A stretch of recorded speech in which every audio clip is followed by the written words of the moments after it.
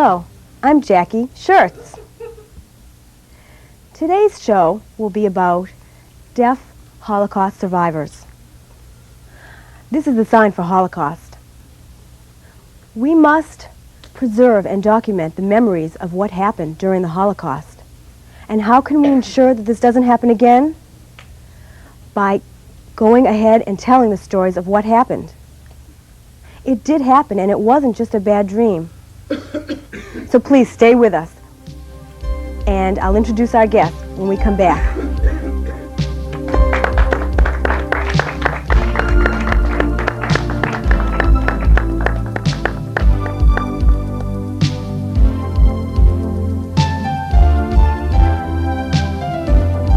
Plum's Restaurant, 2411 West Henrietta Road, is proud to bring you Hey Listen, Plum's, a Rochester favorite since 1987.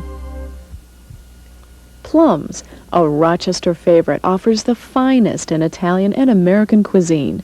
Taste your favorites like fresh veal, pasta with homemade sauces, tender seafood, charbroiled steaks, maybe a gourmet sandwich. Plum serves continuously, daily from 11:30 a.m. till late night, and Sundays 3 to 9. Just a half-mile south of the 390 West Henrietta Road exit.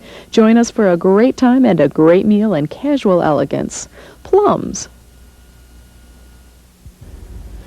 Need a repair? Call ADS Mechanical Contractors. 25 years of experience in plumbing and heating, residential, commercial, and industrial, with all of our work guaranteed. Free estimates and courteous service. We're licensed to practice in Gates, Henrietta, Brighton, and Chili. Call Carla Simeone at 889-4205-VOICE or reach us through the new relay system.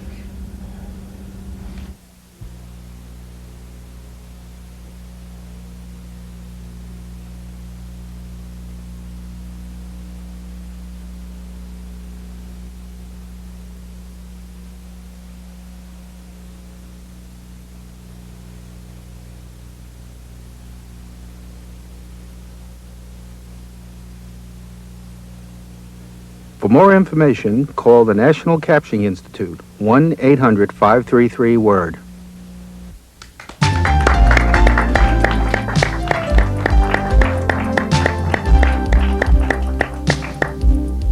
Hi, welcome back to Hey Listen. Our topic today is about deaf Holocaust survivors. This is a very special program for me because my father is a survivor of the Holocaust. My father is here with us tonight, and he's in the audience. I'd like to introduce our two guests, and they are Holocaust survivors. This is David Bloch, and he is a lithographer. He's also an artist. He's from Mount Vernon, New York, and he was born in 1910 in Batavia, which is a part of Germany. It's near Czechoslovakia. Bavaria. And this is Stanley Teger, and he's from Elmwood Park, New Jersey. He's a paste-up artist. Right. He was born in Poland, Krakow, in 1938. His father was in a concentration camp. I believe it was called Treblinka. Okay. The Holocaust itself was a very painful experience. And you too have survived it. Why? Why are you here to tell us about it? Well, the reason we want to talk about the Holocaust, because people who were born in the United States really don't know that much about it. They might have seen some things on TV or in the movies or in the newspaper, and perhaps 60% of that is true, but there's 40% more real horror that I've seen and we know is true. I was born in Poland. My father died during the Holocaust. The Holocaust was a very bitter experience. Can you tell us a little bit about it? It's a long, long time to be able to explain and the things that I remembered. And the first time I saw it, I was 10 years old. And as I grew and I saw the regime take over and it got very powerful in 1933, I was able to see how it grew and the names of the places and the way they dressed. And so in 1933, Yes, but I'm talking about the Holocaust itself. Can you tell people why it happened? well, it's a different time. Nobody really wouldn't know, and some of the people don't want to hear about it. But still, can you tell them a little bit? Yeah, from time to time. And that way they learn, but sometimes they learn it too late. Some of the things that happened that the Pope knew about it, the President knew about it, and so on. And it's what happens when you lose power. It is something that I remember, and the things that happen, I never forget that. And the things that I see and remember, but I do think about them on occasion. And so what I do is I paint to try to forget about the things that happened to the people and what happened to the Jews. And I paint. So while you paint, that's how you tell people about what happened. I see. I see. Stanley, the Holocaust was a very bitter experience, and I know you saw many brutal killings. Now you've gone on with your life with love and such a positive outlook. That's really something. How do you do it? I mean, that takes so much. Well, really, America has been wonderful for me. I moved to the United States. I'm happily married to an American woman. I have 2 children, and that's given me a lot of happiness. But there are still things from the Holocaust that prey on my mind. I had a large family, 93 people in my family, with all the aunts and uncles and cousins who were killed by the Nazis. So sometimes I feel like I'm wearing a mask. You know, I'm wearing a smile on the outside, but underneath it's really painful. But I still think it's important to talk about it. The Holocaust was real. I know sometimes you hear people allege that it never happened, but that's not true. I know from my experience it happened, and I can tell you that from my mind and from my heart. When you saw all these terrible things happen, did you ever think, oh, these awful things that are happening, why couldn't God or somebody above help us? Why? Did you ever say that? Did you think that? Yes, I did tell my mother that there is no God, and my mother said, yes, there is. So I asked, well, why can't God stop the Germans from killing more people? Why doesn't God intercede? And my mother said, well, it doesn't mean that well, and she hugged me and said, we can't say why God doesn't stop the Germans from killing millions of people. We just can't say. David? Yeah, he's right. What he said it was so perfect. And that when I was able to start painting, I started to realize the things and the feelings I painted, and then the things would start going away. I would see the skylight there, and I would put an eye in the picture. And the things that he said, it's perfect. I can draw those kinds of neat things. So when you draw, when you put that eye in there, when you close the eye, Yeah, that was with like the a closed symbol? eye, that means that the person is sleeping and that you're not able to see the things of the story. It has to go on for a long, long time. So in other words, God didn't see that people Right. were suffering. Right. Interesting.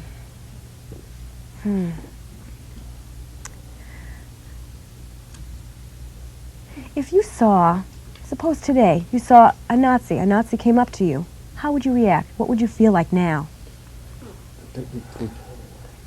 To tell you the truth, I can't say that I hate the German people or even the German soldiers.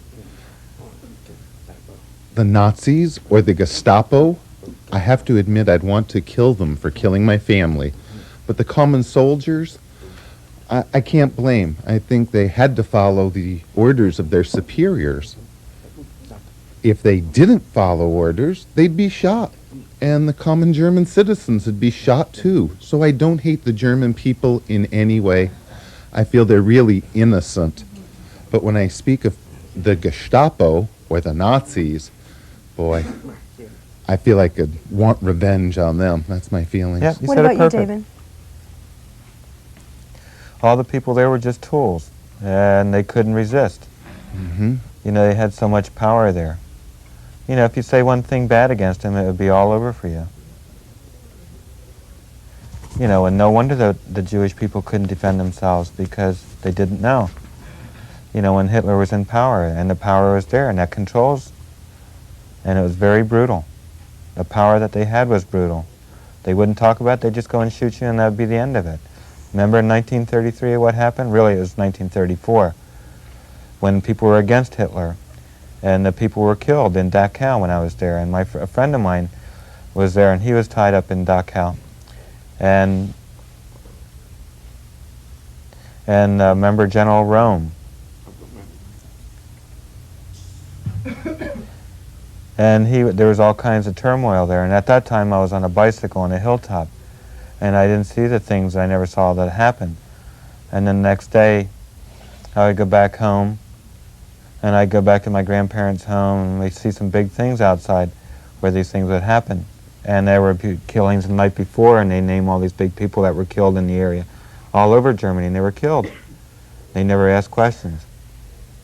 And the things that happen, and you find out when they die. And I'd never forget about that incident. And that happened on June 30th in 1934. Wow. I remember everything. I remember when I first started seeing everything when I was 10 years old. And that was in 1920. So, you're talking about what you saw? That was anti-Semitism. That was before Oh, yes. the Nazis It was became into always power. there. You know, you never get rid of that. The Pope could never even get rid of it. You know, it's something that you're born with. You're jealous, small-minded people, and it's just over jealousy. Like here, things are still wonderful and stuff, but those kinds of things still happen. 1 second. What's the reason for anti-Semitism? What's Jealous. the reason? Because you have a good job, you work hard. Most of them don't want to work. I work hard. He works hard. How can the Jewish people try to change that anti-Semitism? Maybe read the history. You know, the history tells you a lot of things, and something that you can't overcome. You know, if the Pope says stuff and stuff, it's still the same. Stanley, what do you think? I'm not surprised. What are your thoughts about how people can protect themselves against anti-Semitism No, you happening can't do again? it. It's impossible to prevent because the history always says Jewish people are blamed for their religion. And Jewish people aren't a race. Some perhaps people here are Catholic, and you're not considered a race. Catholicism's a religion. And Judaism's the same way. It's a religion. When people are against Jewish people, they don't look at race. We're the same skin color. I really can't understand what it's all about, whether it's jealousy or perhaps they're envious of the success Jews have enjoyed, or... Well, you said some things there, but what they did in the concentration camps, they did that to the Jewish people, and that they were able to celebrate that the things that were happening in Germany, and they would blame the Jewish people, and the people believed them. You know, you remember that people that were never able to read well and what they saw in print, either black or white, they would still believe it. With you, you would read something today, you would have some doubt. Right, but back right. then it was worse. Right. So in other words, if you read something and you question it, really you have to read between the lines. I'd like to talk about what the Jewish people, you know what they wore, the yellow star? That was a symbol to show that they were Jewish, and gay people wore a pink triangle, No. right? Well, that really started the camps in Dachau. And before I was there were some Jewish people. They would always be involved politically. Right, right. What color? Like political people. Did they wear a Yeah, particular... but wait a minute. Let me tell you the story. You know, they had colors to share. You know, if it was red, it was Okay. politics. Right. If it was black, you were liberated. If it was a color that you weren't able to work, then you would be assigned that. If it was purple, and they would say because you would be involved in the... Purple? Oh, Well, it'd be oh. the Bible. You'd be involved in the Bible. Okay. 1 second. We'll continue with that in the next segment. We have to take a break now. We'll be right back.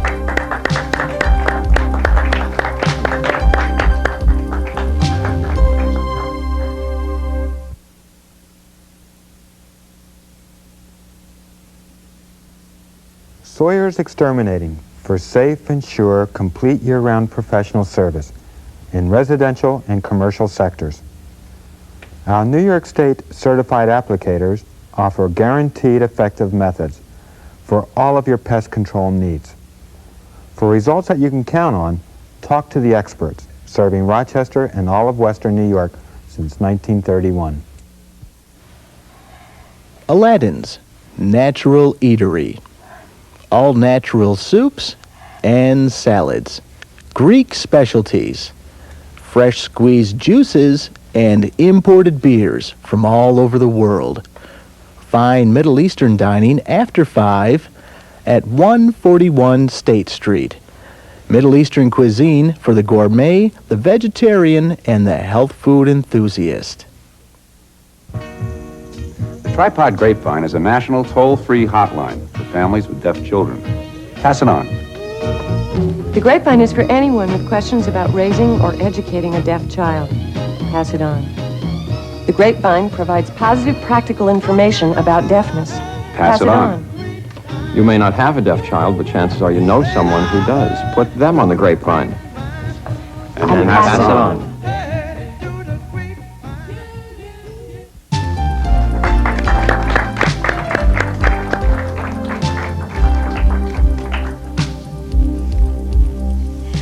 We're going to continue with the deaf Holocaust survivors. We have with us Stanley and David.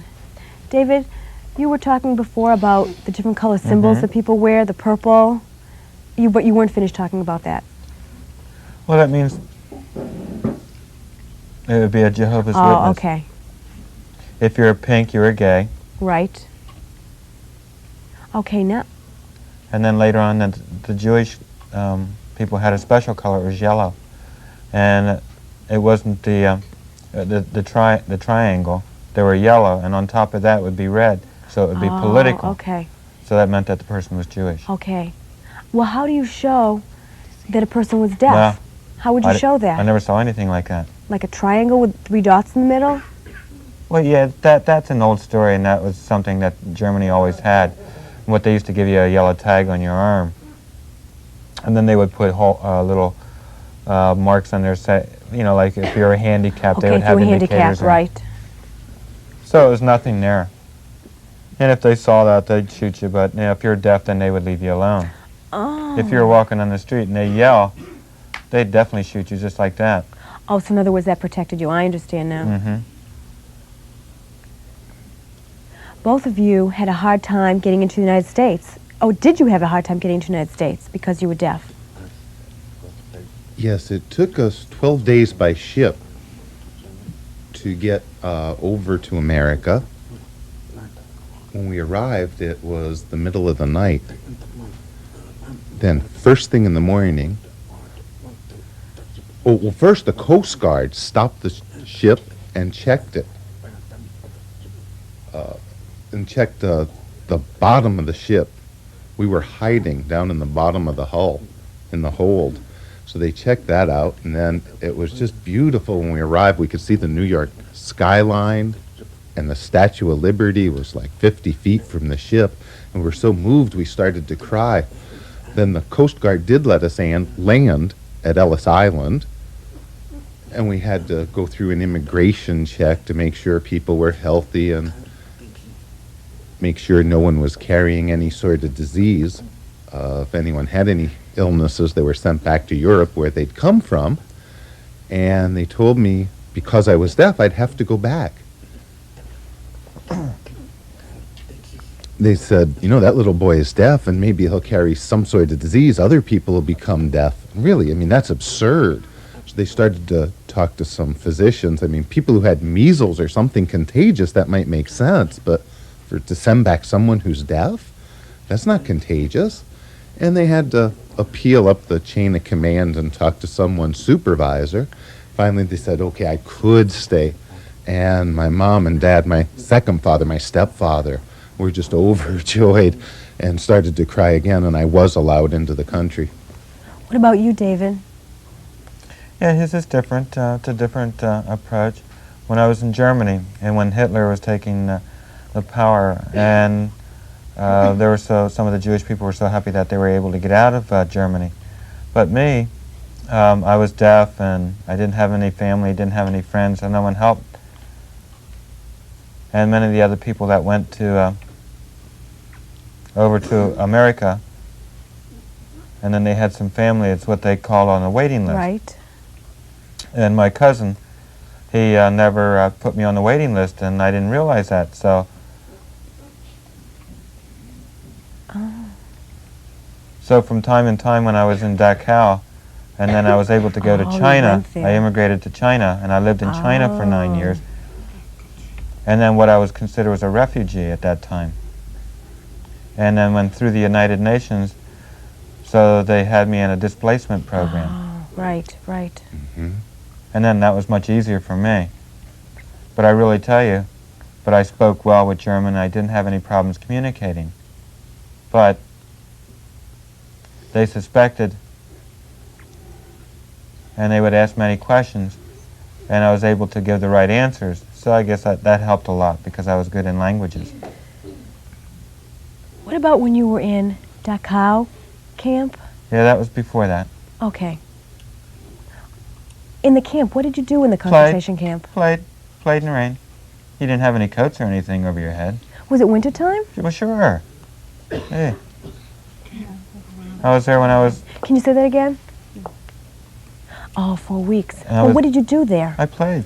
Played all night. What's that sign? I don't understand that. Oh, March, March. We walked all night. Oh, At that time, it was preparation for us to get to work. I see, I see. And that was the first. But one thing they'd always prepared. They would prepare the clothes. You had to make the clothes. You know, the garb. Oh, the clothes to work in appropriately. Yeah, and they had that all planned. It wasn't formal. It was just like regular work. But when it's wintertime and stuff, you didn't have a coat. No underwear, no, just a shirt. And you never washed. Oh, wow.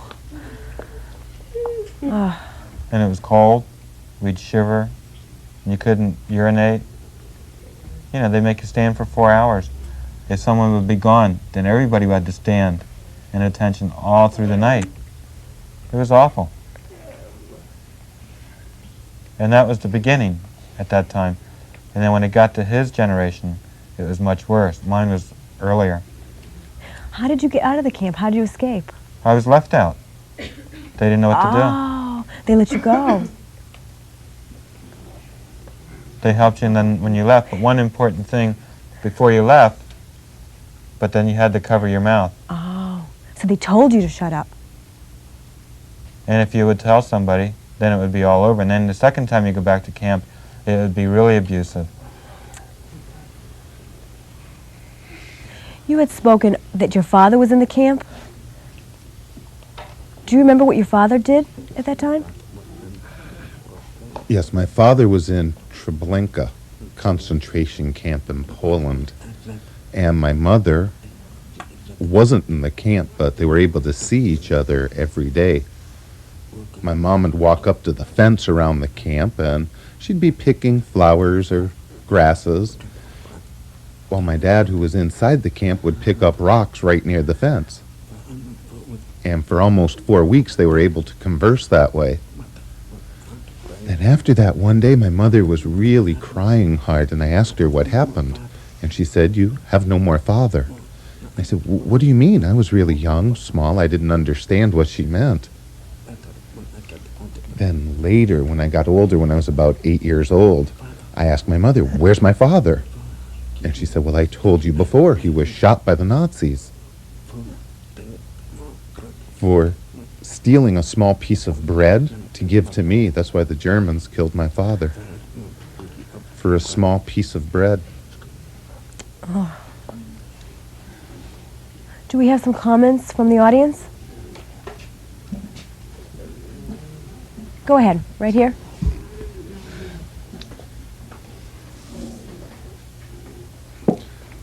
I'm wondering, if someone was deaf, if the Nazis killed deaf people, how did you manage to survive? I mean, it's wonderful that you are alive, and you're still alive and you're deaf. Really, it was because of my mother. She was quite a heroine. She saved my life many times, helped us escape. We hid out in barns, underneath buildings. One time my mother heard the German soldiers were coming into town, and we needed to escape, and then she heard again that the Germans would be coming to the next town, and we just ran from town to town. We'd stay in one place 2 or 3 days, and almost every day we'd pick up and move. Do we have another question? My father would like to say something. David said before. One second, okay. David said before that there was a yellow star that was used to identify different nationalities. People from Poland were identified with a combination of white and yellow. And I think solid yellow might be from a different country. And I agree with what Stanley was saying. It was really like that. The fence around the camps, there were R and F. I don't remember exactly what the groups meant, but there was an R group, an F group, and they'd have patches on their clothes. You know, this is the R group, and they'd be in one area, and people would be grouped in different groups. There might be 6 families sharing one room. It'd be one room, and 6 families were forced to share that. Then we'd heard that all these people were killed. That was right before I escaped. You know, they let me know the time they were going to try and break out. They dug a tunnel beneath the fence, and that's how they broke out. So they tunneled underneath the fence, and people walked all day. I had to walk all day with my mother. We were walking single file. My brother, me, my other brother, and my mom. And we just try and scavenge some food or things that were growing wild. And my mother hit us with one of our friends, and they were able to give us a little bit of money. And later I heard that the folks who had helped us were both killed. They were killed because they'd been helping Jews, and they were able to give us some money. And then I heard we had some friends far away, so we were able to walk over to there. And they were poor, but they cooked. They took care of everything for 12 years, and people hid me out for 12 years. They were really good friends, and then that was it. After 1945, that was the end of that. We have time. We'll be able to continue this during the next segment. Thank you. Just hold your questions. We'll be right back. Don't go away.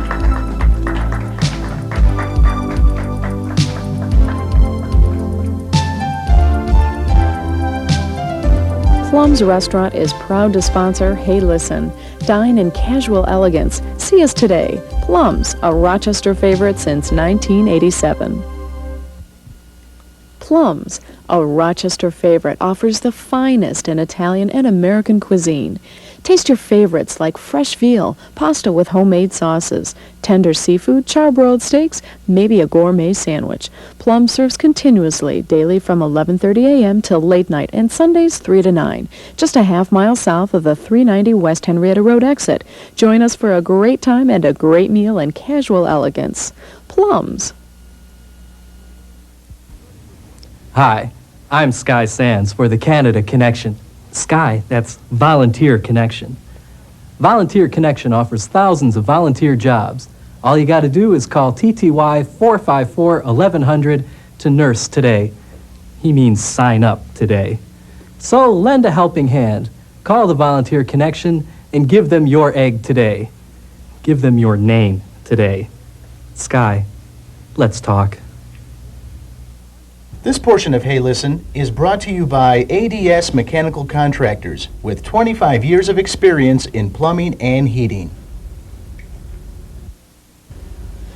Need a repair? Call ADS Mechanical Contractors. 25 years of experience in plumbing and heating, residential, commercial, and industrial, with all of our work guaranteed. Free estimates and courteous service. We're licensed to practice in Gates, Henrietta, Brighton, and Chili. Call Carla Simeone at 889-4205-VOICE or reach us through the new relay system.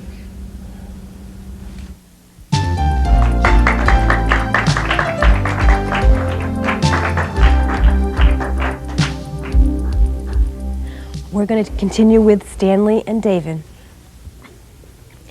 The Deaf Holocaust Survivors is the name of the show. Stanley, how did you become deaf?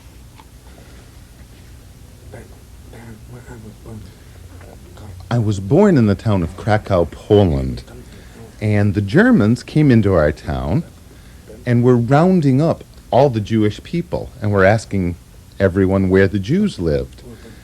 Then they forced people to walk to the train station. That was the train they used to transport people to the concentration camp. And at that time I was starving, very thin, and walked quite slowly because I was a very small boy.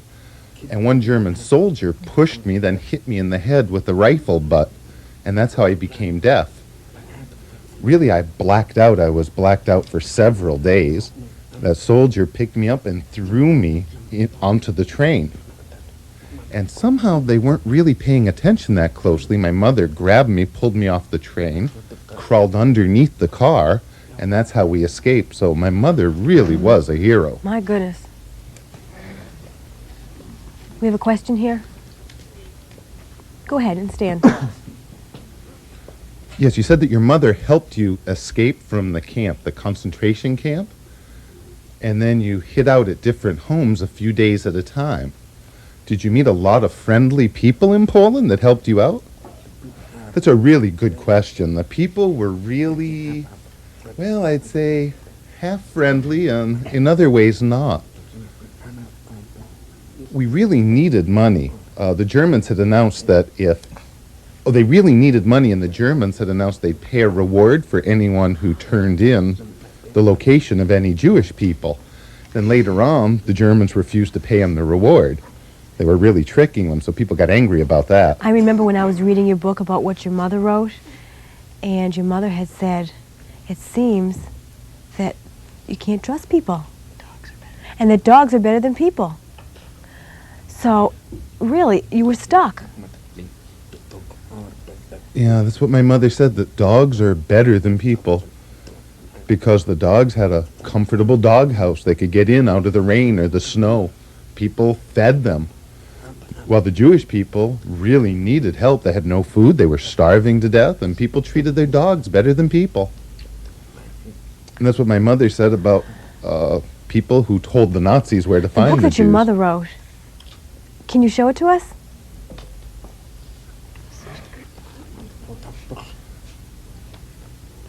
Why did your mother write that book? My mother wrote this because it was quite a painful experience for me trying to explain to my wife, who's also deaf, and I didn't really have all the facts straight, and my mother decided, well, I told my mother, please just write down a brief summary about what happened with me and the experiences during the wartime so I could give it to my wife to read. And my mother really had an emotional experience as she was writing that. And somehow she just got fascinated with the whole project. So I asked her for permission to print it, and it was printed in 1974. Sold about 105,000 copies in 9 months. Really? And it will be printed. We can't print a third edition again. There was a woman who translated that from the original Polish, and we're not able to get the copyright to reprint it again.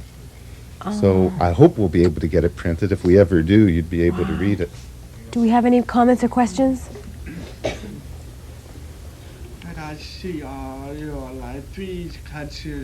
I saw you said you had about 93 cousins and family. Were they all Polish as well? Yes, the people were Polish. Their nationality is Polish. Their religion was Jewish. My mother had 5 sisters. All were married. All had children. They're all gone. My mother had 5 sisters and 3 brothers. All gone. All married. On my father's side, he had 3 brothers who were married, all with children. His sister was married. All had children. And they're all gone. All killed by the Germans. They all had no protection for themselves. The Germans all had guns. They were just gunned down. It was that simple. So you're talking about resistance. Why couldn't the Jewish people get together and try to have some kind of protection for themselves? It's a good question. partly because they had no guns and no Oh, way yeah, to protect right. themselves. Right. Okay, over here.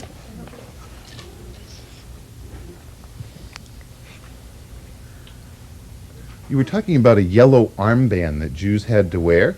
Why didn't they just take it off and pretend that they weren't Jewish? Would that be a way to protect themselves? Well, the way you say that, it makes it sound very easy. But if you took the armband off and someone squealed on you that you removed one, that's it. They just shoot you on the spot. And what's more, they'd pay a reward for the person who told on you. Someone would go up to the Germans, they'd say, hey, that person removed an armband, and they'd shoot him. It's like I said, they killed my father for one little piece of bread. Okay. Yeah, I wanted to ask, I have some friends who are Polish who had gone through experiences at concentration camps, and recently they've become very frightened because of what they see happening in this country that reminds them of what happened in Poland and Germany before things got really bad. And I was wondering, although this is your adopted country and I know you're very happy here, if you're sometimes frightened by some of the things that you see happening in this country that might bring up some really bad memories or make you fearful for something like that happening again in any kind of way.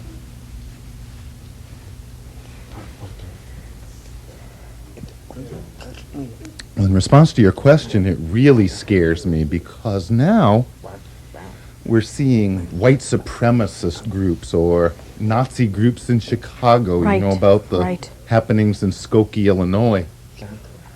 And in the South, through Alabama, Georgia, Mississippi, we see the Klan, the Ku Klux Klan, and what they say and feel about Jewish people and black people. And it really scares me. It reminds me a lot of what was going on before World War II. And it seems to be growing. And we need some way to prevent that, to stop them.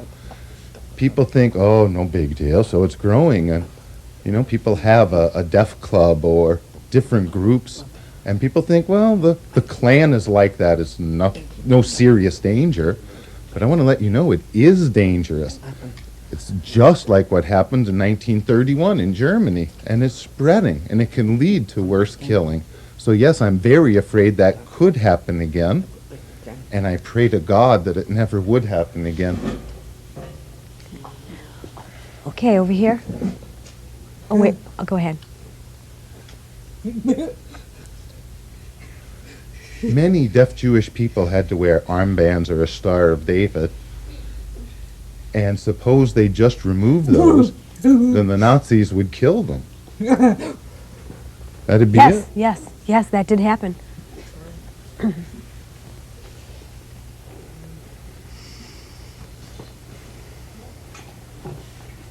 I'm wondering, did the Germans kill handicapped people, deaf people, cripples? Were they killed the same as the Jews were killed?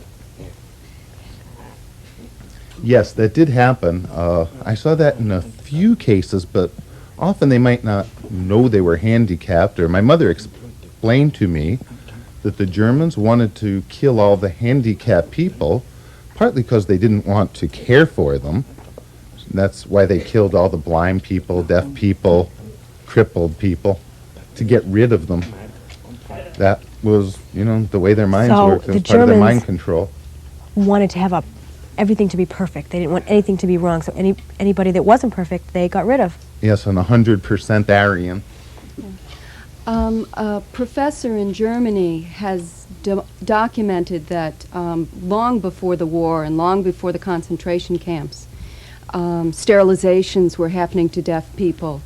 And I was wondering if David Bloch, in particular, knew anyone in Germany who went through that operation, and just because they were deaf and from a family that had deafness in it, they were sterilized by the Germans.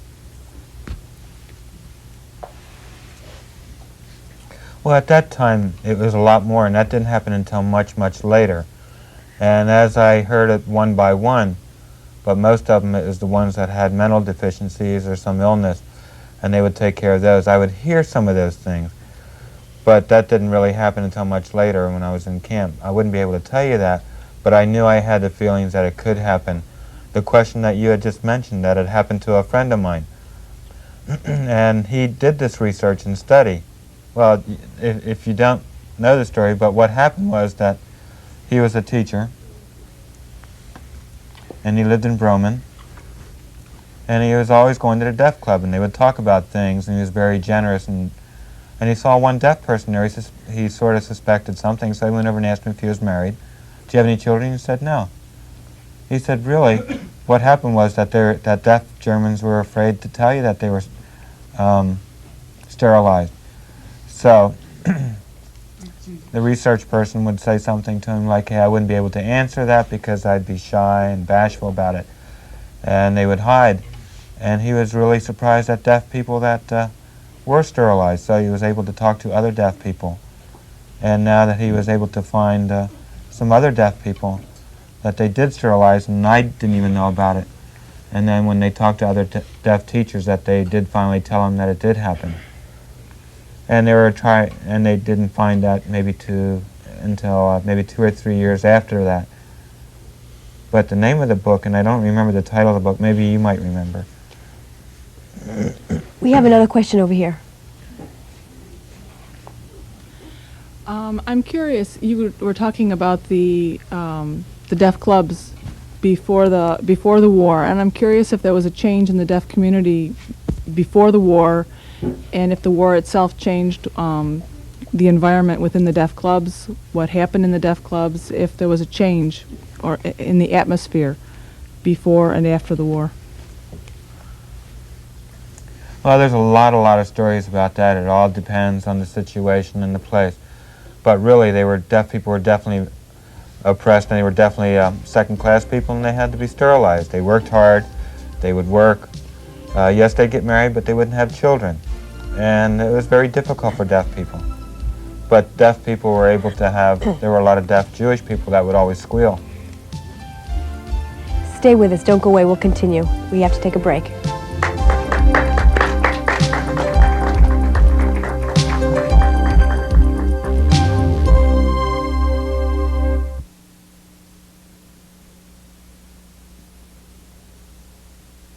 Sawyer's Exterminating for safe and sure, complete year-round professional service in residential and commercial sectors. Our New York State certified applicators offer guaranteed effective methods for all of your pest control needs.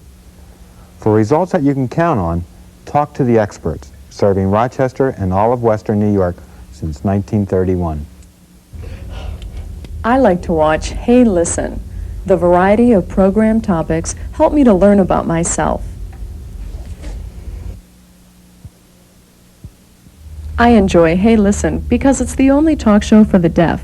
It's an educational program, and I participate with the audience members.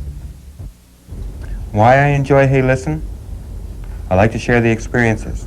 I enjoy learning. And most of all, it's a brain teaser for us. Aladdin's Natural Eatery. All natural soups and salads. Greek specialties. Fresh squeezed juices and imported beers from all over the world. Fine Middle Eastern dining after 5 at 141 State Street. Middle Eastern cuisine for the gourmet, the vegetarian, and the health food enthusiast.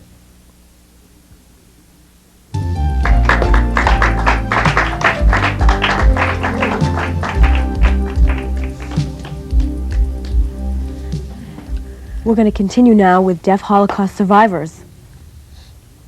There's many people in our audience, and I know they have questions. One over here.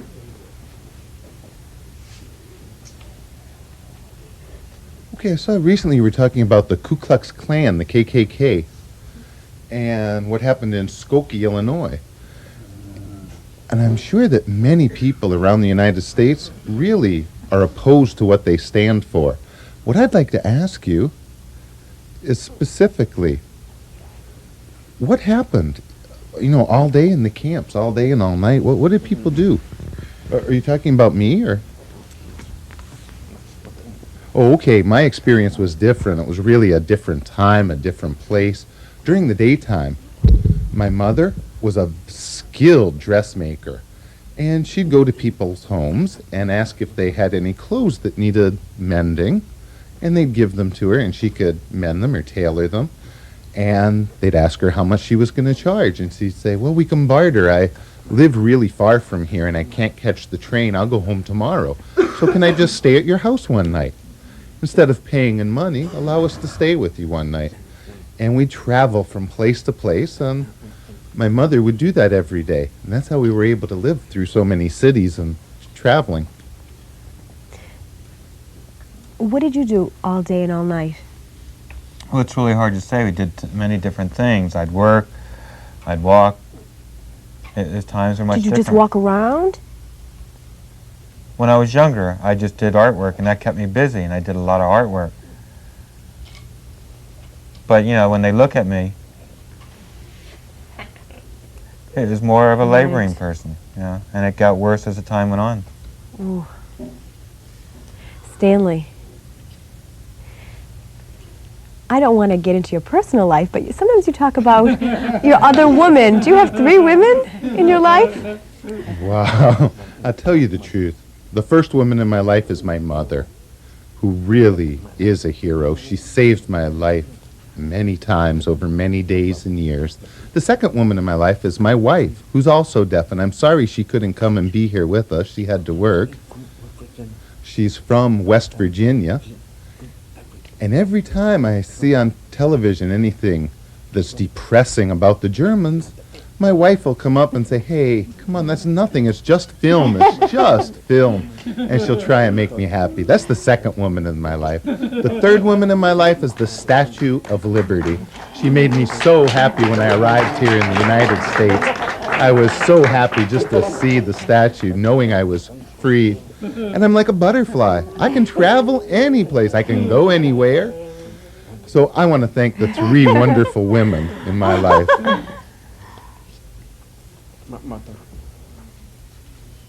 This is my mother and my wife. And you'll notice my high clip is the Statue of Liberty.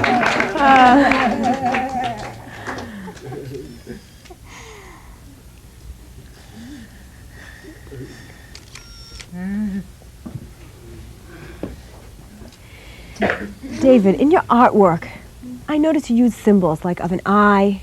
What other kind of symbols do you use? I mean, during the Holocaust? I plan to put it in the United States Memorial Art Gallery, United States. where they had the Holocaust Museum. And it plans to be open next year, and then also in New York, and I donate all those pictures. Oh. Wonderful. Do we have other comments and questions from our audience? Right here?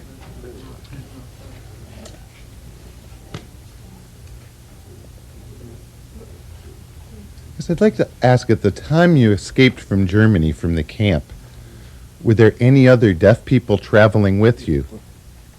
To tell you the truth, I never met any deaf people from the time I was born until 1950, after I'd arrived in America. That was the first time I met a deaf boy. And he really insulted me. No, you don't know any English, and started to pick on me. And then I went to PS 47, Public School 47, my first school in New York City. And there was a deaf man there. And I was proud to have him teach me how to finger spell. He was really strict, and he'd force me to learn. I was afraid of his stern expressions. It was Howard Kanan from Brooklyn, New York. Oh. Someone else? Yes.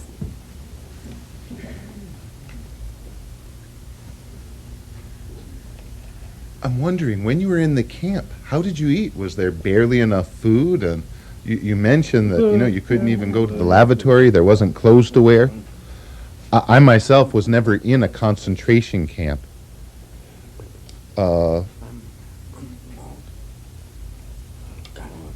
We'd find food on the road, dig up carrots or steal from farms, or we'd find some potatoes growing, rip them up out of the ground, brush off the dirt, and eat them. We were that hungry. We could eat anything, just anything we found edible. Somebody asked, while you were in the concentration camp, how did you eat? Oh, we had food, but it was limited. Always had food. You know, we had some coffee What is and, that? Oh, and bread. And sometimes we'd have soup, you know, the same kind of soup. And at nighttime we would have bread, but it would be less. You would have food. At that time, you know, they would just be able to show the places. They didn't want to show all the bad things back then. It was important. You know, by the time he got there, things changed, and it was very secretly, and nobody knew what was going on. It was a different time. You know, I saw it all before the war, and then when the war started, then it was still bad for us. Yeah, we had to march, and you could never say no, because you were a nothing person. Do we have another comment? I'm wondering, you were in the camp. How did you escape? How did you get out of the camp? Well, as I mentioned earlier, at first, when I was in the camp, it was the first group of people, and we were all Jewish, and this is in Dachau. This is before the takeover. But they would try to work things out, and they'd get people to do stuff there. And I was lucky that I was able to get out. So I was lucky, but during his time, it was worse during his time, because that's when the war broke out. They didn't have any defense, and we never knew what happened to him. And at that time, a war hadn't started. People didn't know, people didn't see what was happening. The French knew, the English knew, and the Americans knew, but nobody opened their mouth to say anything. And when the time was over, then it was too late. And when the people did talk, they were abused or shot, so nobody knew. Now, there's so much of value and importance in your life. What do you think, what is the most important thing in your life? Now, well, I'll let you know that recently my son was married, and he and his wife just had a baby boy born last week. And I wish I could just teach the children so that the Holocaust will never happen again. You know, we came on a boat to the United States, and we knew nothing.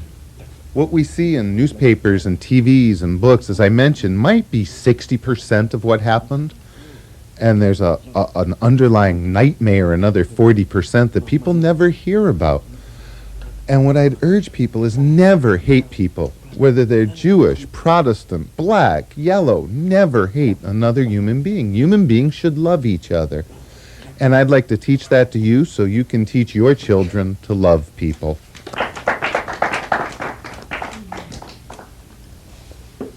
What's important to you now, David, in your life? What's the most important thing? Well, what he said was perfect. You know, the things that are important. And the important thing is the freedom. Freedom. Yeah, it's just one word, is freedom. You know, you can't imagine what freedom it is. And then when you're in camps and restricted, it was terrible. It's the worst thing that I've ever experienced, and freedom is the thing. You know, it's difficult to say those things over there, but here you're able to say that because we're very democratic here, and that's important.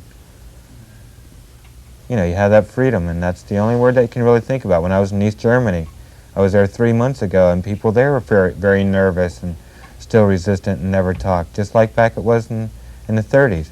It's not any better, it's worse. So you're talking about the Holocaust and the Nazis, the 1930s and 40s, and now we have other kinds of Holocausts. For example, the neo-Nazi. But yeah, you say it's a Holocaust. Yes. But I mean, like South Africa, there are kids that are 6, 7, 8, 9 years old in concentration camps. Why? Because they're black. That's another kind of a Holocaust. Yeah, I'm not surprised. And we look at that. I mean, are we doing enough? Somebody in the audience just said no. People are saying no in the audience.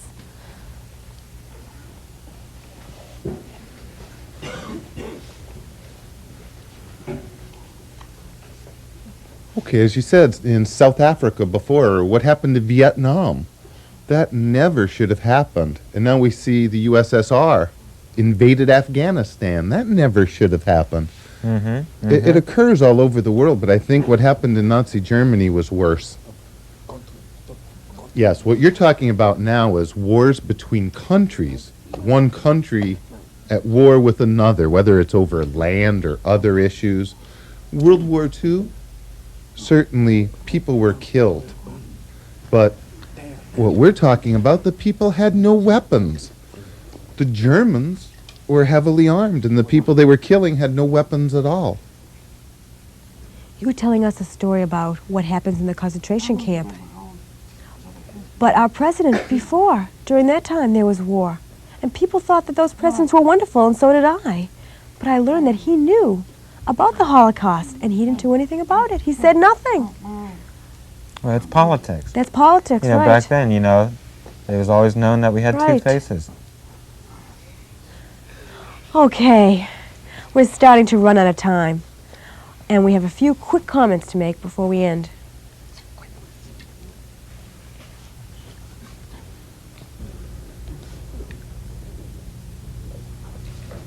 I'm just wondering, how can we prevent anything like that happening? Yes. We have to take a break now. We'll be right back.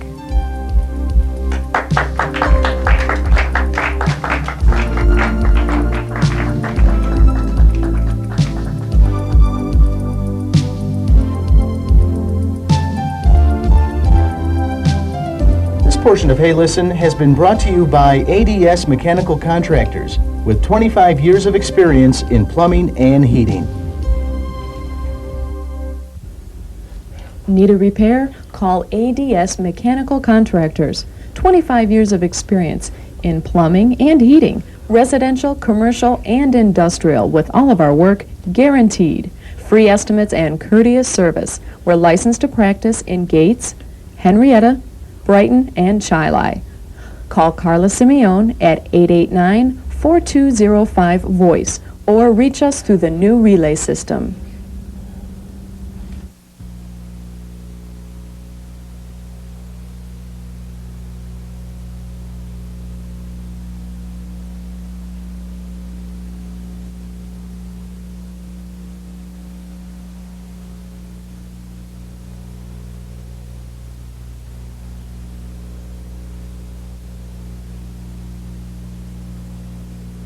For more information, call the National Captioning Institute, 1-800-533-WORD.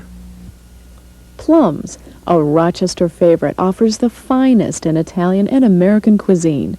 Taste your favorites like fresh veal, pasta with homemade sauces, tender seafood, charbroiled steaks, maybe a gourmet sandwich. Plum serves continuously, daily from 11:30 a.m. till late night, and Sundays 3 to 9. Just a half-mile south of the 390 West Henrietta Road exit. Join us for a great time and a great meal in casual elegance. Plums.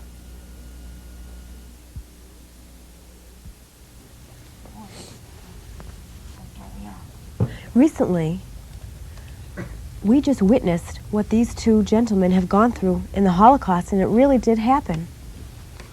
Now, it's our responsibility to make sure that it never, ever happens again. Yes, and we I pray want to to thank God our it never guests, does. David and Stanley. Thank you for sharing those heartwarming experiences with us. And I'd like to thank the audience and hope that they do teach Thank their you all. children. Thank you. Love you. Love you.